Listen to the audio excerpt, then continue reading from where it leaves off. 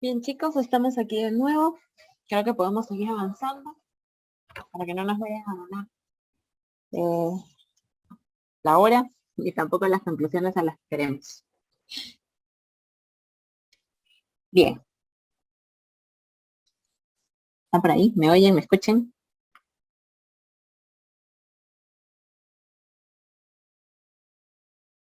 Ya, creo que sí están por ahí.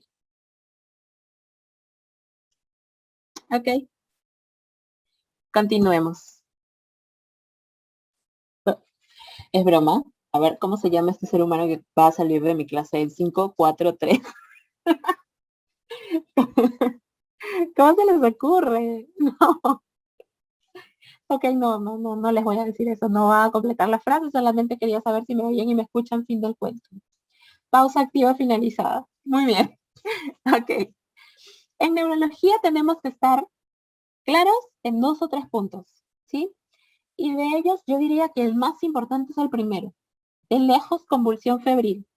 En epilepsia y estatus epiléptico hay datos que tenemos que tener claros, de acuerdo. Y en meningitis y encefalitis también. Pero en general, lo más frecuente y lo más preguntado va a ser convulsión febril siempre. ¿Ok? Entonces vamos a empezar. Convulsión febril. Bien. Como siempre les menciono, en definitiva, yo creo que gran parte de todo lo que tenemos que saber de convulsión febril va a estar en su definición. Acuérdense que habitualmente son niños menores de 5 años. Ahora vamos a hacer una disquisición también sobre la edad, pero habitualmente son niños menores de 5 años, em, en los que ustedes van a tener una convulsión y van a tener también fiebre, pero con la característica de que no hay evidencia de enfermedad del sistema nervioso central.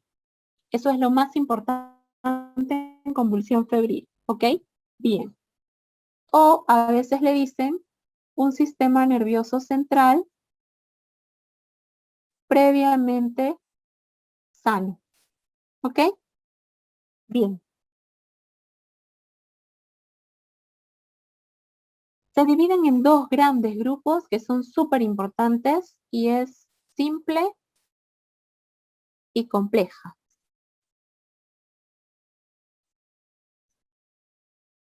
Listo. El episodio febril simple, convulsivo febril simple, casi siempre es un episodio aislado que no recurre. El episodio febril complejo es un episodio que casi siempre recurre dentro de las primeras 24 horas. El episodio convulsivo febril simple dura menos de 15 minutos siempre. El complejo dura más de 15 minutos. ¿Qué definición engloba este tiempo, los 15 minutos? ¿A qué me estoy refiriendo?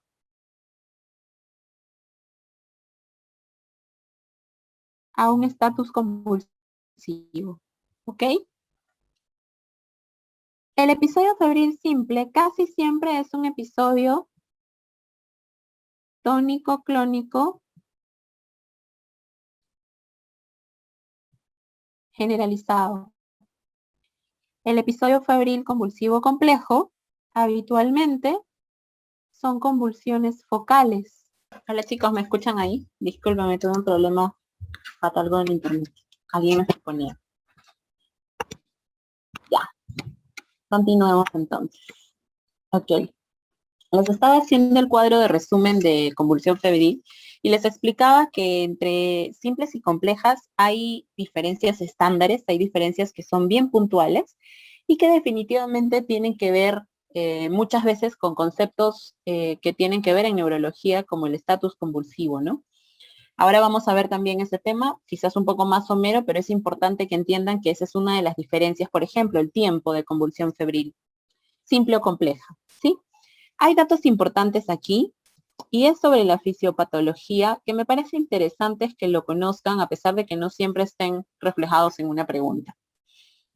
Número 1 es que la convulsión febril no siempre está relacionada a la temperatura alta, ¿ok? Los niños que convulsionan por convulsión febril a veces convulsionan con 37,8, con 37,9. No necesariamente van a convulsionar con una fiebre muy alta, ¿ok? Eso es un dato importante. ¿Por qué? Porque tiene que ver con una constitución genética, con una predisposición genética a convulsionar. Lo siguiente es que tiene que ver fisiopatológicamente más que con una temperatura alta, con el ascenso brusco de la temperatura, ¿ok? Quiere decir que si yo en un momento le controlé a mi niño y estaba con 37 y de repente le controlo en menos de un minuto porque lo veo tiritando y está en 40, eso quiere decir que hay un ascenso brusco de temperatura que también tiene que ver con una condición genética. También ha habido casos relacionados a inmunizaciones, y esto es interesante que lo sepamos, principalmente a DPT, ¿sí? Es algo que se ha generado y evidentemente se imaginarán que hay síndromes genéticos en los que algunos alelos causan predisposición a una convulsión febril. Entonces esos también son datos importantes para su cosecha. Pero cosas que nos van a preguntar a veces y que tienen que ver con nuestra práctica clínica es aquello que condicione recurrencia, y estos sí son datos importantes. Una convulsión febril en un niño menor de 1 año seguramente va a recurrir. Una convulsión febril en niños que tienen familiares de primer grado con antecedente de convulsión febril, por supuesto. Aquellas convulsiones que ocurren con temperatura baja. ¿Por qué? Porque estamos hablando de que aquí existe una condición genética. Entonces seguramente va a recurrir. Y niños que han tenido un periodo breve entre el inicio de la fiebre y la convulsión. Doctora, el niño estaba aquí sentado, me parecía que estaba empezando a tener fiebre, yo estaba yendo por el jarabe y cuando volvió lo vio convulsionar. Eso probablemente también genere algún tipo de recurrencia por la experiencia que se ha tenido. ¿Ok? Vamos a revisar de a pocos cómo es que se maneja esto. Como les decía, definitivamente la convulsión febril tiene que importarnos en cuanto a su definición, porque estamos considerando una patología importante que tiene que tener conceptos claros. Definición entonces, es una crisis convulsiva que ocurre con fiebre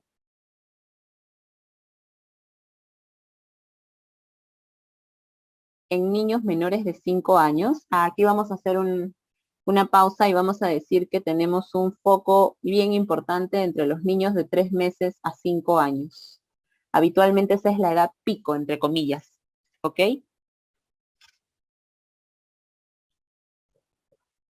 Sin datos de infección o enfermedad subyacente del sistema nervioso central. Esta parte es súper importante. ¿Qué quiere decir? Que si en la pregunta les ponen un prematuro con antecedente de hipoxia e isquemia, si les ponen un paciente con diagnóstico de epilepsia, si les ponen un PCI, eso no es convulsión febril, ¿ok? Para eso es la definición. Diagnóstico, nuevamente, afiancemos. Exacto, eso es convulsión asociada a fiebre. Muy bien, chicos. Entonces, para el diagnóstico yo necesito la edad, que es aprox entre los 3 meses y los menores de 6 años, decimos. ¿Qué quiere decir? Que si me ponen a un niño de 7 años tampoco es convulsión febril. No tiene que haber infección del sistema nervioso central. Quiere decir que tengo que descartar meningitis. No tiene que haber alteración metabólica, o sea, si yo encuentro hipoglicemia, esa no es una convulsión por fiebre, porque es más frecuente que convulsionen por hipoglicemia que por fiebre. Y evidente también no voy a tener historia de convulsiones sin fiebre. O sea, no historia de convulsiones previas. ¿Cómo van a discernir una meningitis que una convulsión febril? Van a hacer una punción lumbar. Ahora vamos a hablar de eso. Etiología, como les dije, predisposición genética 1, la vulnerabilidad del sistema nervioso central está dado también por una constitución genética, pero así se llama. Antecedente de vacunación, como les dije, hay una vacuna que está muy relacionada, no es muy frecuente, ojo. De hecho son dos, la SPR también, SPR y DPT, pero no es muy frecuente en general que se relacione. A veces, como les digo, es mucho más por la DPT, pero la DPT, por ejemplo, tiene la particularidad de que la puede causar en las 24 o 48 horas de haberse vacunado. En cambio, la SPR puede ser incluso alrededor de la primera semana de haberse vacunado. Entonces son datos importantes, ¿sí? Y por supuesto, depende de si va a haber o no un antecedente familiar. Como les decía, es importante como factor desencadenante el incremento brusco de la temperatura, no así la temperatura máxima. Entonces, olvídense de esa idea de que si tiene una temperatura muy alta, entonces va a convulsionar. No, no funciona de esa manera, ¿ok? Como les decía, la diferencia... ¿No ven lo que escribo? A ver. ¿Sí? ¿Ahora sí? ¿No? Uy. Estoy rayando en debajo de simple. ¿No ven lo que estoy rayando? Me quedé en diagnóstico. Uy, a ver. Voy a volver a compartir. Denme un minuto.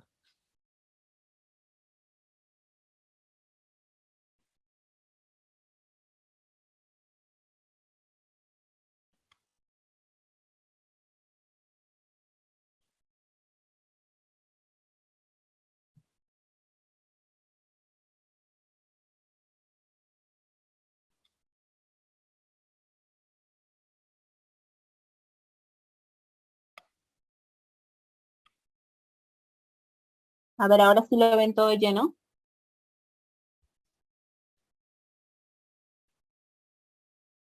Ya, perfecto. Y si le hago una raya aquí debajo de complejas, ¿también están viendo? Ya, perfecto. Ok, continuamos entonces. Les decía entonces que hay diferencias importantes, como han visto, que habitualmente las más importantes van a ser el tiempo, lo de los 15 minutos, que las simples definitivamente van a durar menos, y las complejas más, que las complejas son focales y que las simples son generalizadas, que las complejas tienen frecuencia de recidivar, en cambio las simples no, y que evidentemente las simples, y en general ninguna, no van a tener anomalías neurológicas posteriores. En cambio las complejas sí, les dije que había una de nombre propio, que incluso aquí podría haber una que se llama la parálisis de TOT, ¿verdad? Eh, Casi siempre las simples van a ser tónico-clónicas, pero también pueden ser tónicas o atónicas, ¿no? Sin embargo, lo más frecuente es que sean tónico-clónicas generalizadas. Bien, entonces la siguiente pregunta sería, ¿a quién le hago una punción lumbar? Precisamente por la respuesta que ustedes me han dado. Número 1, tengo que descartar meningitis, pero ¿a qué edad empiezan los signos meningios para yo poder darme el lujo de descartar meningitis?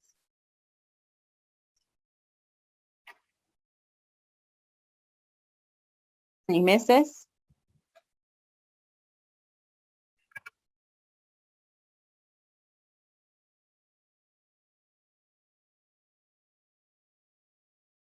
18 meses, exacto. Aproximadamente los signos meningios empiezan a los 18 meses, ¿sí? Es más, hay niños que al año tienen signos meningios, es probable, pero jamás van a aparecer signos meningios antes de los 9 meses, antes de los 10 meses. Entonces, en un lactante yo no voy a tener signos meningios. Por lo tanto, en niños con convulsión febril menores de 1 año, tengo que hacer punción lumbar. ¿Para qué? Precisamente respondiendo a la pregunta de su compañero, para descartar una meningitis o una encefalitis, que bien podría ser el caso. ¿Ok? Dato importante entonces. Bien. ¿Qué más? Me preguntan también, ¿cuándo voy a poder hacer un electroencefalograma o si sirve un electroencefalograma en una convulsión febril? No, no sirve un electroencefalograma. Sin embargo, si estoy frente a una parálisis compleja y he hospitalizado al paciente, me puede servir el electroencefalograma, pero debe ser posterior. ¿Cuán posterior? Cuando el paciente está recuperado y ha pasado por lo menos una semana después del episodio. Pero del episodio complejo, ¿eh? Un episodio simple jamás va a necesitar un electroencefalograma.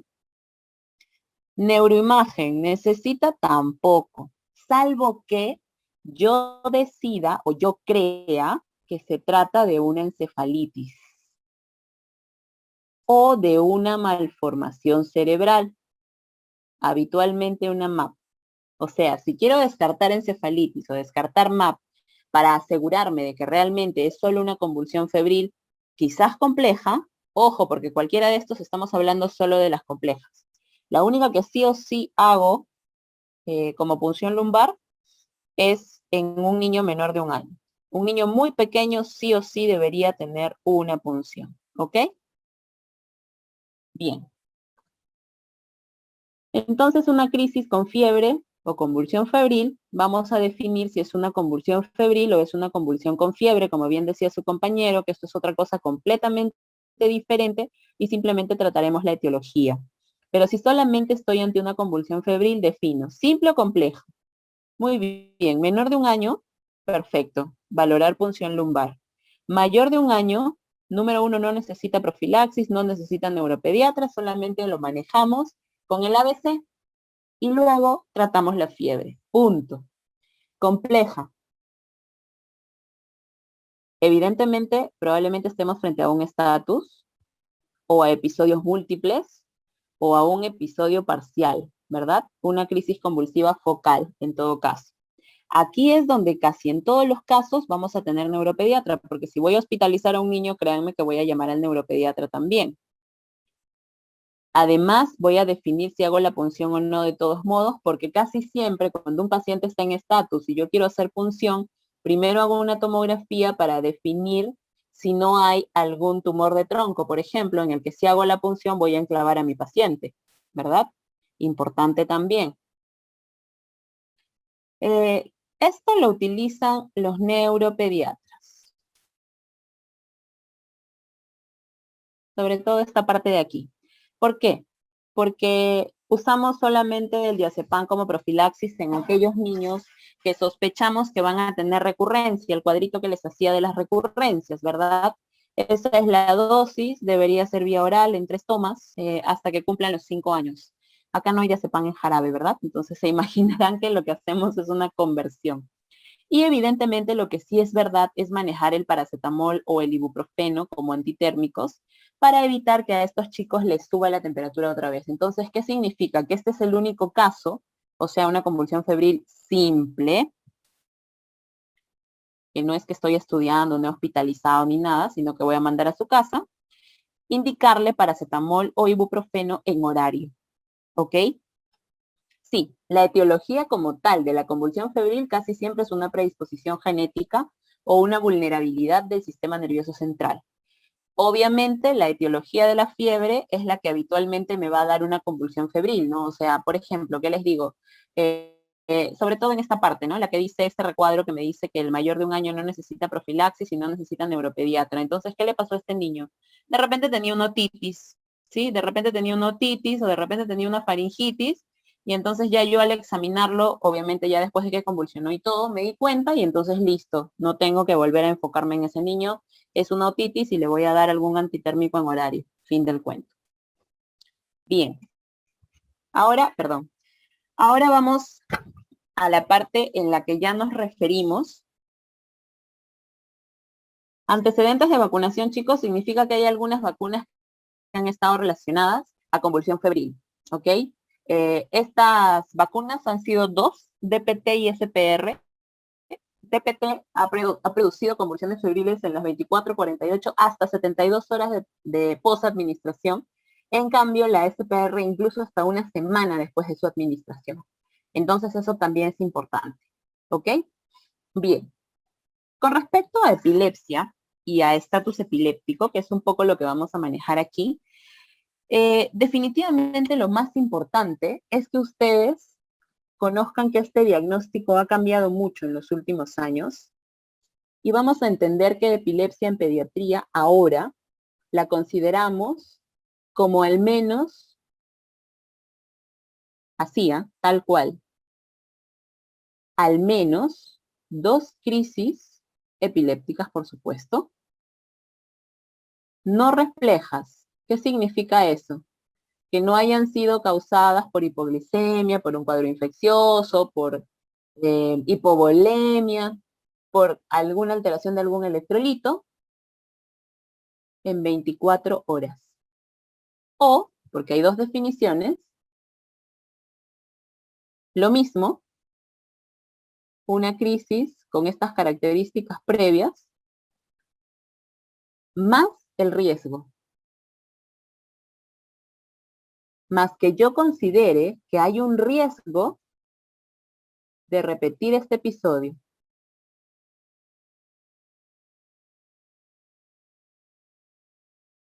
¿Ok? Obviamente esto casi siempre, este segundo escenario casi siempre ocurre en el contexto de algún síndrome epiléptico. Listo. ¿Qué otra cosa tenemos que saber? Que el estatus epiléptico tiene mucho que ver con el tiempo. Primera línea de tiempo. 5 minutos. Segunda línea de tiempo, 10 minutos. Y luego los 15 minutos. Habitualmente, entre los 5 y los 10 minutos, nosotros decimos que estamos en un estado epiléptico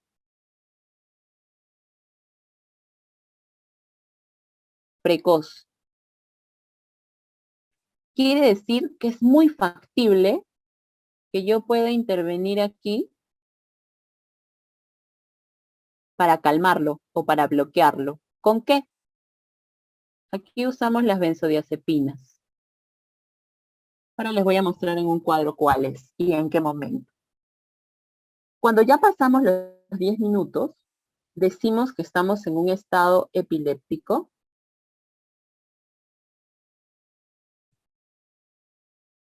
establecido.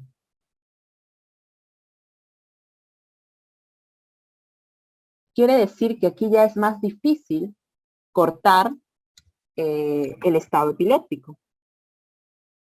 Habitualmente, en esta parte, ya estamos usando otro tipo de fármacos en niños, habitualmente la fenitoína.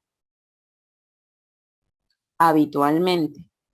Es más, aquí ya usamos la fenitoína como dosis de carga y le llamamos epaminización cuando les ponemos una fenitoína de carga más un horario, ¿no? De fenitoína ya en horario. Por encima de los 15 minutos ya más o menos estamos hablando de un estado epiléptico refractario, ya de aquí se encarga la UCI porque lo que hay que hacer es sedar al paciente, inducirle un coma, ¿verdad? De aquí a aquí, en este vacío de espacio que ven aquí, el previo, es bien raro que un niño de hecho llegue a los 5 minutos convulsionando.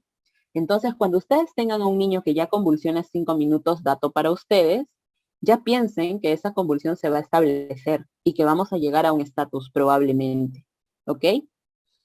Porque la definición de estatus está aquí en este número, en el 15. Sin embargo, así como ha cambiado la definición de epilepsia, esta definición de los 15 minutos también se ha discutido durante mucho tiempo, porque se dice que 15 minutos ya es el pródromo de un estatus refractario, y que más bien un niño que convulsiona por encima de 5 minutos tiene alto riesgo de llegar a un estatus convulsivo. ¿Ok? Entonces, es importante tener esto en cuenta cuando estamos hablando con respecto a la epilepsia. ¿Ok? O al estatus convulsivo, ¿no? En general, porque son, digamos, datos concatenados los que más o menos tenemos en esta en esta parte. Ahora, evidentemente aquí sí el diagnóstico va a requerir de un electroencefalograma, inevitablemente la epilepsia como tal, ojo. Es importante el electroencefalograma, aquí sí nos va a dar diagnóstico y tratamiento, ojo, porque el electroencefalograma nos van a dar definitivamente ya un diagnóstico preciso. ¿Los tiempos en niños son diferentes que en adultos? Sí, definitivamente, porque el estado epiléptico del niño depende del desarrollo neurológico de él.